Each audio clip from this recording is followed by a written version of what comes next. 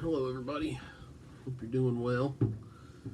Um, so this is our next to last lesson. We have one more lesson next week, and then we're going to have our virtual recital. So I'm hoping that y'all can come.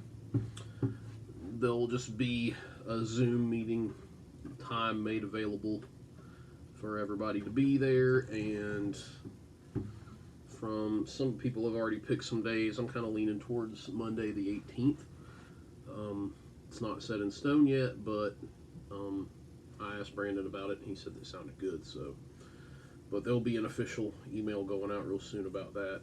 But our time would be like 7 o'clock because I'm trying to just go ahead and do them all in the same day. So my first class is at like 5. The next at 6, and this would be at 7. So for whoever that can come, that would be great. We don't have songs picked out like we used to normally do for a recital because we're not exactly playing together, but we're just kind of meeting and going around and see what everybody's worked on and learned.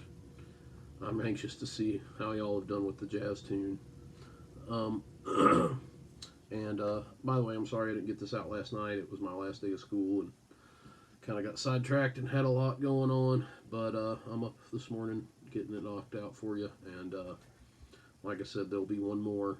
I do have a tune in mind to maybe tab out one more song and send with y'all next lesson. I don't know if you've heard Salt Creek. I got to thinking that might be cool. It's a pretty good common flat picking tune that a lot of people play. And if you're going to be playing with other people, then they're sure to know it probably if they're playing any kind of bluegrass. But I was thinking this week that I would talk about like some fundamental things that just for any instrument that I've never specifically sat and been like learn these scales, but it's really helps your lead playing to kind of figure them out. So I was thinking about talking about that, and then taking a song and I've talked about this in class before, and like modulating it, which means like switching, playing the same song in a different key and figuring out how to do that. So we'll talk about that as well. And then we'll have a video to refer back to think about that. But anyway, so let's go back to like a standard G scale, or G major.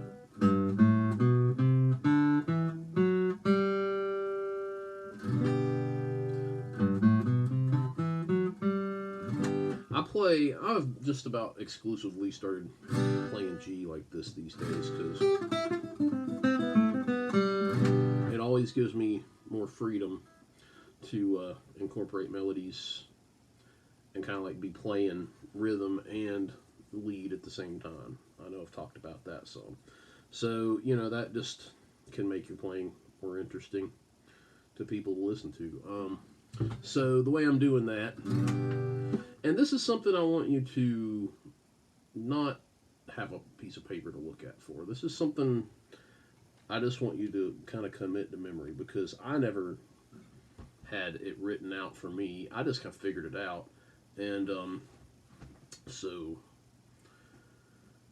at least if you've not figured these kind of things out on your own, you should at least be able to remember this. And you may already know it. But if you don't, I bet it's likely that you might know a G major scale on the bottom end, and I don't know about the top end, and then play them forwards and backwards. But then I don't know how many other keys that you might play the scale in, which is kind of hand in hand with the other thing I was talking about doing, is actually playing chords and strumming through a song and changing keys with it. Country music, a lot of times, like old George Jones stuff, and just all kinds of stuff. Loretta Lynn songs, they'll modulate. They'll be in the middle of the song, all of a sudden they're singing in another key, and all the chords change to accompany that. I even saw, it was actually kind of cool when Tim O'Brien came and played in Boone at Legends, and he had a cold, and he was real hoarse, and he couldn't sing high as he normally did. So on the spot, and these were complicated songs, they transposed and modulated like every one of their whole set to be in a key to where he could try to sing, which was pretty impressive based on, how hard the songs were.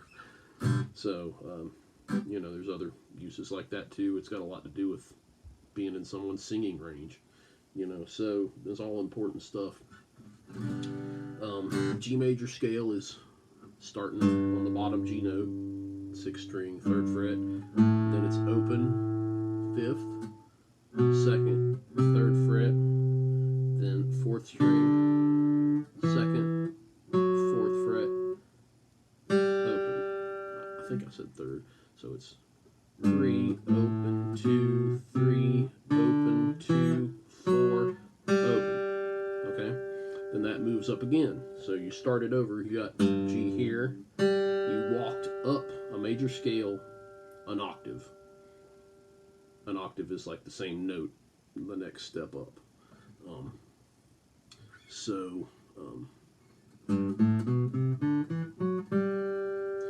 with that, I think it's 8 notes, and then if you count all the notes in the middle, I guess it's 12. But anyway, starting again on the open G note, it's open, 2nd fret, B string, 2nd string is open, 1, 3, last string, 1st string, open, 2, 3.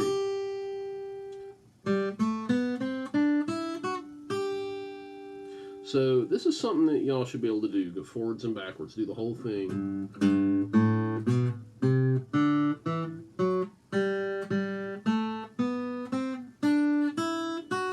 Back down.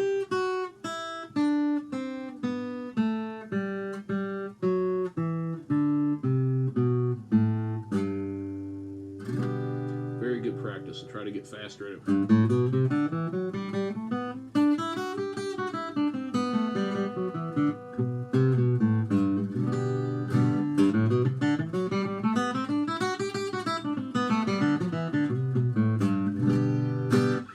Just practicing repetitive stuff like that. You'll find there's so many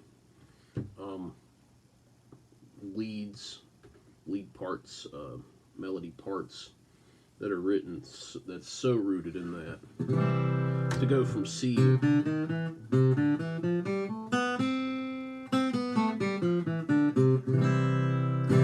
is a good one to move up to because you're almost in the same shape. So I'm trying. So that's just like you're starting on the 5th string, 3rd fret, instead of like with the G on the 3rd fret. It's 3, open, next string up, 2, 3, next string up, open, 2, 2nd string, open, 1. Remember F.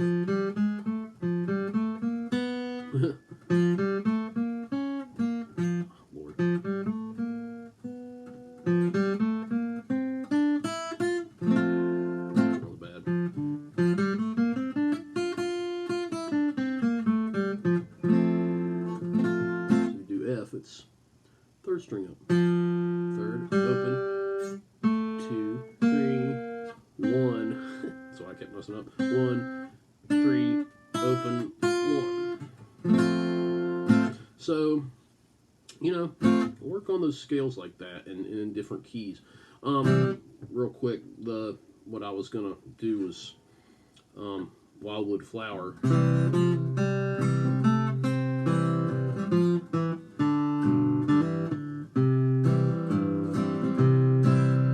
Just C shape, 2, 3, open, 2, 1, 2, 2, 1, open, no, 2, 1, 2 on the 4th string, then 2, open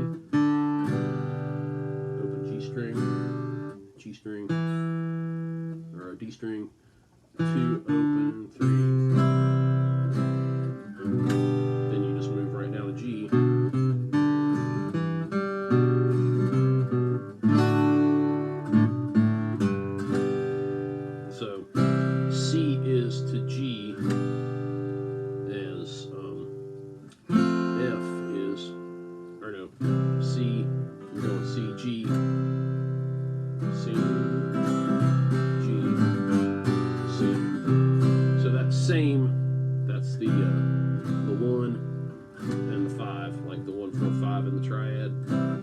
understanding your triads is essential to being able to transpose into another key. And then G,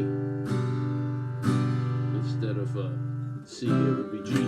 Instead of G, when you're playing out of C, it would be D, which is the 5. You know, G is the 1, C is the 4, D is the 5. So, you know, just something to really get into.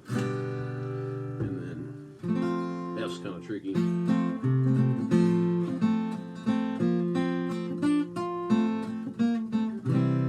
There's the C.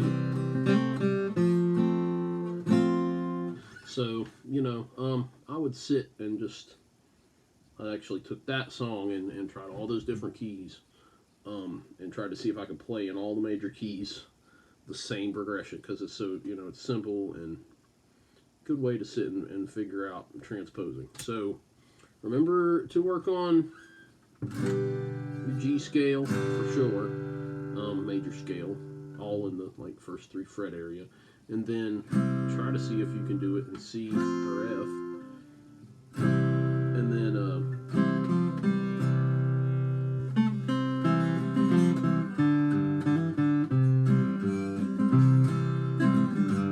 Wildwood Flower in G.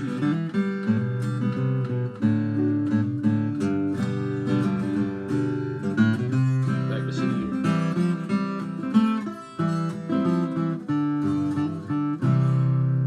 So yeah, this is just a lot of stuff to try to work on without always having that visual aid and being stuck and connected to your sheet music. You know, at this point you should be the kind of guitarist, you know, that's starting to figure out things just with your ear, you know, hopefully.